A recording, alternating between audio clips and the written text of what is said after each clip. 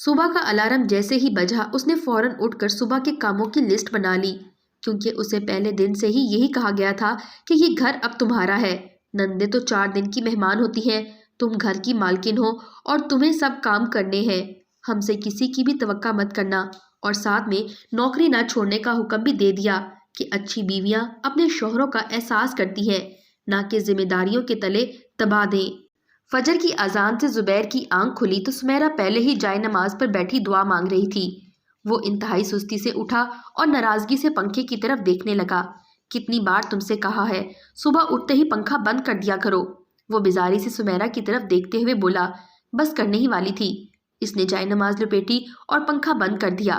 بس کرنے ہی والی تھی، تم ہر کام صرف کرنے ہی والی ہوتی ہو، کرتی نہیں ہو۔ سمیرہ نماز سے فارغ ہو کر کچن کی طرف بڑھی اور گرما گرم ناشتہ تیار کرنے کے بعد اپنی ساس کے کمرے کی طرف چلی گئی۔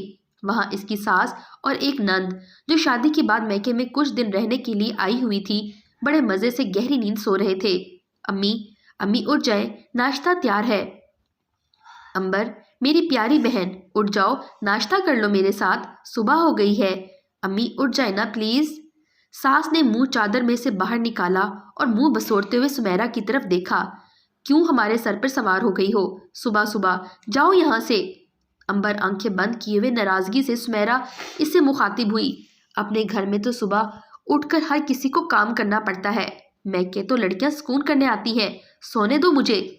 سمیرہ نے دوبارہ پیار کے انداز سے امبر کو جگانے کی کوشش کی۔ کیوں پیچھے پڑ گئی ہو میرے بیٹی کی، جاؤ اپنے شوہر کو جا کے ناشتہ کراؤ۔ سمیرہ اکیلے ہی ناشتہ کر کے اپنے کمرے کی طرف گئی اور اسکول کے لیے تیار ہونے لگی۔ وہ سادہ مگر صاف ستھرے لباس میں ملبوس تھی، بال بندھے ہوئے تھے اور چہرے کو تھوڑا بارونق بنانے کے لیے تھوڑی سی لپسٹک لگا رہی تھی۔ تم اتنے گہرے رنگ کی لپسٹک کیوں لگا رہی ہو؟ اس کے شوہر نے طنزیہ انداز میں کہا۔ اسکول جانے کے لیے تھوڑا تو تیار ہونا پڑتا ہے۔ اس نے لپسٹک بند کر کے دراز میں رکھ دی۔ میں دیکھ رہا ہوں کہ تم کئی دنوں سے اپنے آپ پر کچھ زیادہ ہی توجہ دے رہی ہو۔ اس کے لہجے میں تلخی برقرار تھی۔ اس کا مطلب ہے پچھلے کچھ دنوں سے آپ اپنی بیگم پر بہت زیادہ توجہ دینے لگے ہیں۔ وہ نظر جھکائے شرماتے ہوئے بولی۔ بات گھمانے کی ضرورت نہیں ہے، جو سوال کیا گیا ہے اس کا جواب دو۔ اچھا واپسی پہ آ کر جواب لے لیجیے گا۔ آپ کو آفس کے لیے دیر ہو رہی ہے اور مجھے اسکول کے لیے دیر ہو رہی ہے۔ آپ کے کپڑے استری ہے اور جوتے پالش ہے، جلدی سے تیار ہو جائے۔ ناشتہ تیار ہے، آپ کے لیے لگا دوں۔ وہ بات کا جواب دیے بغیر ہی کپڑے اٹھائے واش روم میں گھس گیا۔ سمیرہ وہیں کھڑی اپنے شوہر کی بے رخی کے بارے میں سوچنے لگی۔ سمیرہ اور زبیر کی شادی کو ابھی کچھ عرصہ ہی ہوا تھا۔ اس کا اس دنیا میں اب سسرال کے سوا اور کوئی نہیں تھا۔ گھر میں وہ سسرال والوں کے سخت رویے کو برداشت کرتی، لیکن اسکول میں جا کر سہیلیوں کے ساتھ تھوڑا ہنس کھیل کر دل خوش کر لیتی تھی۔ وہ ایک پرائیویٹ اسکول میں ٹیچر تھی، جہاں اس کی تنخواہ سے زیادہ کام لیا جاتا تھا، لیکن گھر کے گھٹن والے ماحول سے نکل کر اسکول کی تازہ ہوا میں سانس لینا اسے اچھا لگتا تھا، اور اس تنخواہ سے اس کے گھر کے بہت سے اخراجات بھی پورے ہو جاتے تھے۔ زبیر اور ساس کے برے رویے کو دیکھ کر کبھی کبھی اسے ایسا لگتا تھا کہ وہ لوگ صرف اس کی تنخواہ کے لیے اسے گھر میں رکھے ہوئے ہیں۔ سمیرہ کی غیر موجودگی میں اس کی ساس اور نند خوش گپیوں میں مشغول تھیں۔ اتنے میں سمیرہ اسکول سے واپس آئی اور سلام کے بعد اپنی نند سے محبت بھرے انداز میں مخاطب ہوئی۔ میری بنو کی نیند پوری ہو گئی؟ امبر نے اس کی محبت بھری بات کا غلط مطلب لے لیا تھا۔ بھابھی بھی آتے ہی آپ کے طنز شروع ہو گئے ہیں۔ دیکھو بہو، اسکول میں اور گھر میں تھوڑا فرق رکھا کرو، ہم تمہارا یہ لہجہ برداشت نہیں کر سکتے۔ اب آ گئی ہو تو جلدی سے کچن میں جاؤ اور دوپہر کے کھانے کا انتظام کرو، لیکن پہلے ہمارے لیے 2 کپ چائے بنا دو۔ سمیرہ کچن میں گئی اور گھر کے کاموں میں مشغول ہو گئی۔ یہ اس کے روز کا معمول تھا۔ صبح ہوتے ہی گھر کے کاموں میں لگتی اور سارا دن یہی روٹین میں گزر جاتا۔ اسکول کی طرف سے ملنے والی تنخواہ بھی اس کو اپنے اوپر لگانے کی اجازت نہیں تھی۔ اس مہینے اس نے زبیر سے اجازت لے لی تھی کہ وہ اس مہینے کی تنخواہ سے اپنے لیے کچھ کپڑے خریدے گی۔ آج اس کو تنخواہ ملی تھی، اسی لیے زبیر کا لہجہ اس کے ساتھ اور زیادہ سخت ہو چکا تھا، تاکہ جب وہ سمیرہ سے تنخواہ مانگے تو وہ اس غصے سے ڈر کے فوراً دے دے۔ شام کے کھانے میں روز کی طرح سمیرہ نے پہلے سب کو گرم کھانا دیا اور پھر بعد میں خود کھایا۔ کھانے کے فوراً بعد سب کو چائے کا انتظار تھا۔ سمیرہ کچن میں چائے بنانے گئی تو اس کی اسکول کی ایک ٹیچر کا فون آ گیا۔ وہ اس کی بہت گہری دوست بن چکی تھی، یہاں تک کہ اکثر سمیرہ کی خوبصورتی کی تعریفیں ایسے کرتی جیسے کوئی عاشق اپنی محبوبہ کی کرے۔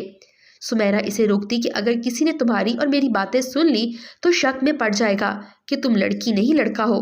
آج بھی ایسا ہی ہوا۔ فون کرتے ہی سمرین اس کی تعریف کرنے لگی۔ کیسی ہو سمیرہ؟ یہاں چاند نہیں نکلا، میں نے سوچا تم سے کہوں کہ اپنے چہرے سے زلفیں ہٹاؤ تاکہ ہم بھی چاند کا دیدار کر لیں۔ اس نے شاعرانہ انداز میں کہا۔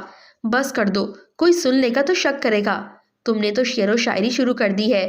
سمیرہ مسکرا رہی تھی تو اتنے میں زبیر چائے کا پوچھنے کچن میں آیا تو سمیرہ کو مسکرا کر باتیں کرتا دیکھ کر برداشت نہ کر سکا۔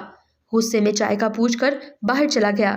سمیرہ نے ڈر کے مارے فون بند کر دیا۔ کھانے سے فارغ ہو کر سمیرہ کمرے میں گئی تو زبیر نے اسے پاؤں دبانے کا حکم صادر کر دیا۔ تم نے عشاء کی نماز پڑھ لی ہے؟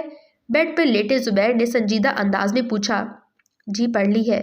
ٹھیک ہے، پھر یہاں بیٹھ کر میرے پاؤں دباؤ، میں آج بہت تھک گیا ہوں۔ اور سنو، تمہیں اس مہینے کی تنخواہ مل گئی ہے؟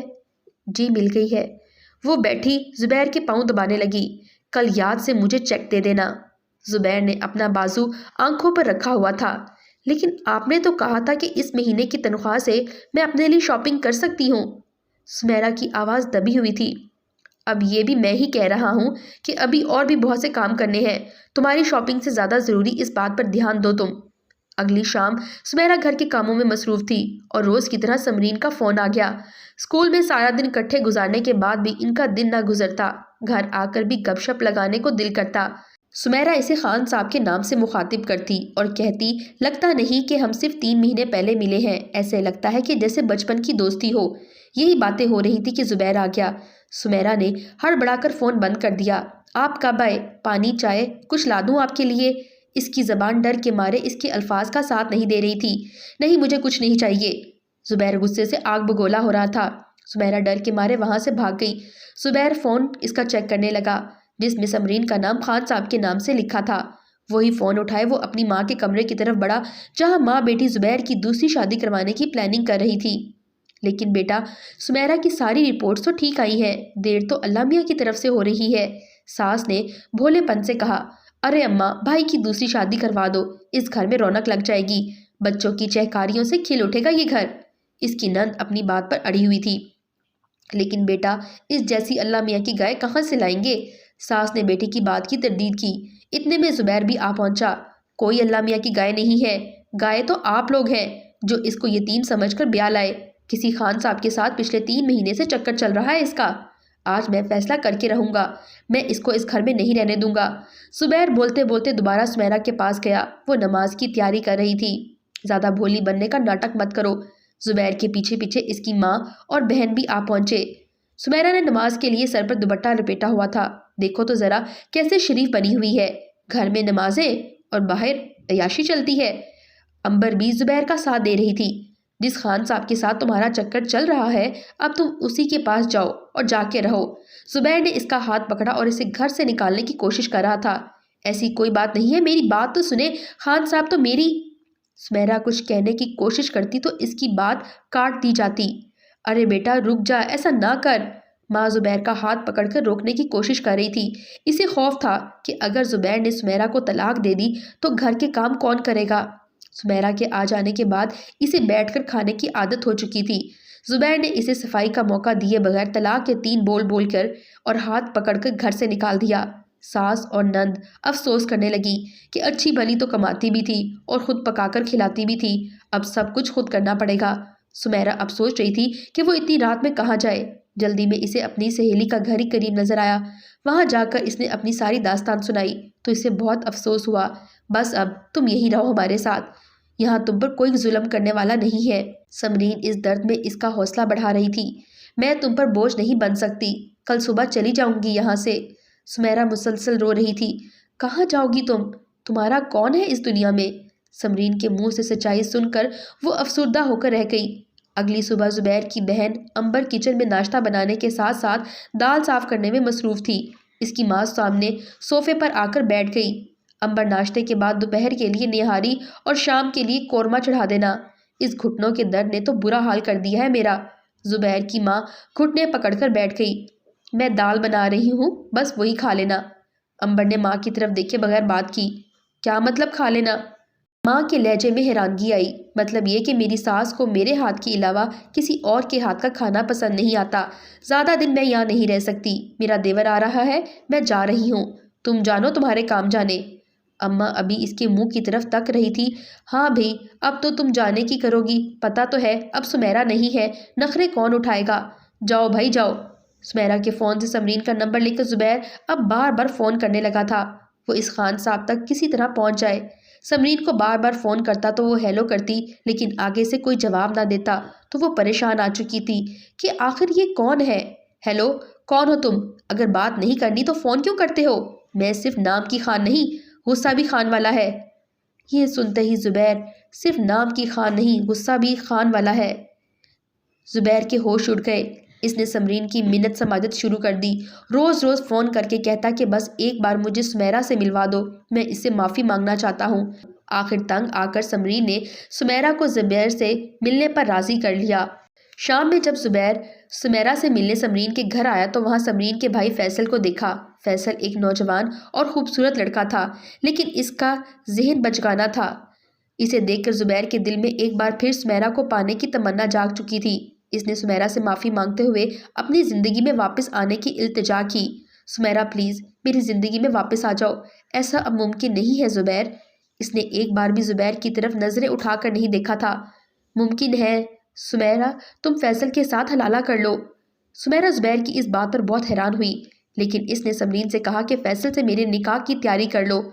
سمرین کی سمجھ میں کچھ نہیں آ رہا تھا کہ آخر سمیرا ایسا کیوں کر رہی ہے، کیوں وہ دوبارہ اس شخص کے ساتھ رہنا چاہتی ہے جس کی نظر میں اس کی اوقات صرف ایک ملازمہ کی ہے۔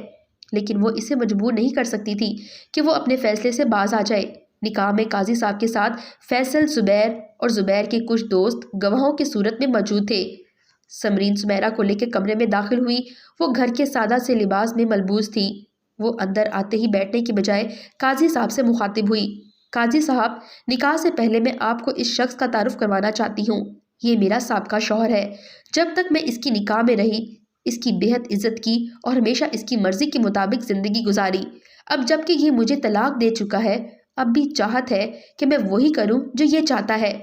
میری زندگی کے فیصلے کرنے کی اجازت اسلام نے مجھے دی ہے، اور میں ہرگز ایسے انسان کے ساتھ نہیں رہنا چاہتی جو مجھے اپنے پاؤں کی جوتی سمجھتا ہو۔